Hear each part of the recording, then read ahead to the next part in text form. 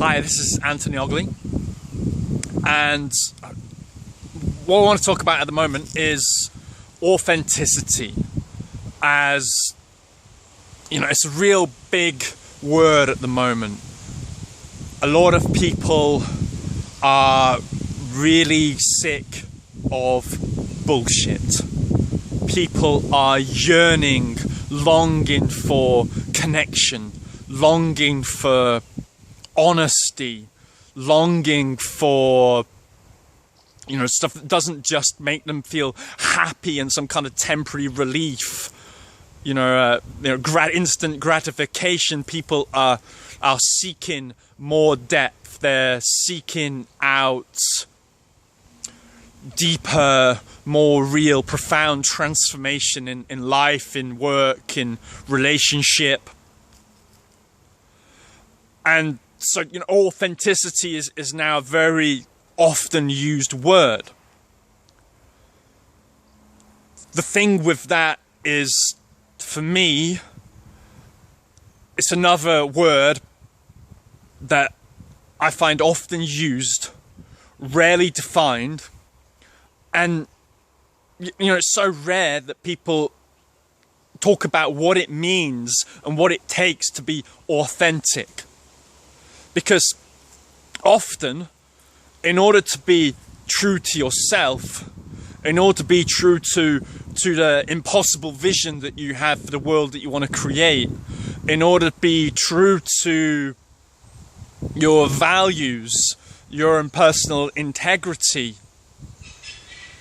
there's a lot that has to be said no to. Often we might have to say no to what our parents want for us. We might have to say no to a lot of cultural programming, conditioning, a lot of the beliefs that we've grown up with. We might have to overcome the lack of safety in our bodies. We might have to overcome a lot of personal trauma. For me, growing up as a boy, as a teenager, I often felt very, very unsafe. I was on the receiving end of, a lot of abuse from, other children, from, when you might say, my stepfather at the time.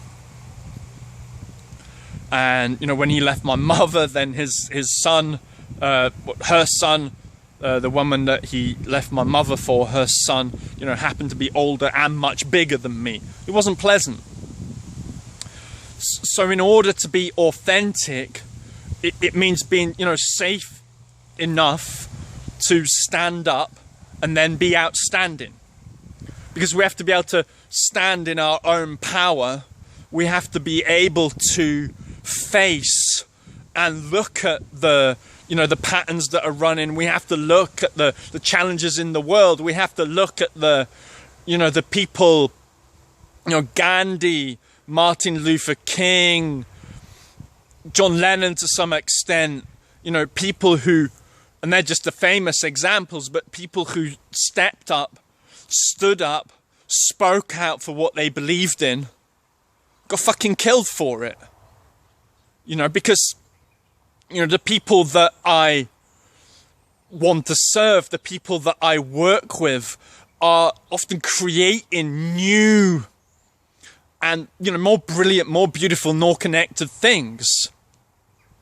But in the initial stages, there's a lot of shit gets thrown when you try and change the status quo, particularly in a way that is challenging to a lot of people's beliefs and values about the world. People get emotionally triggered. And again, emotionally triggered, what that means is and I'm probably going to pronounce this completely wrong. What this means is the amalgam, the center in the brain where the fight or flight response gets activated. So people feel either very scared or they can become very aggressive and violent. This is a place where I don't want to admit things, but I'm gonna.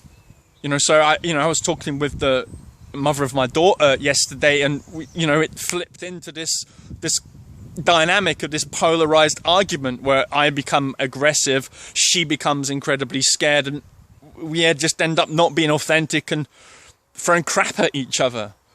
It feels terrible.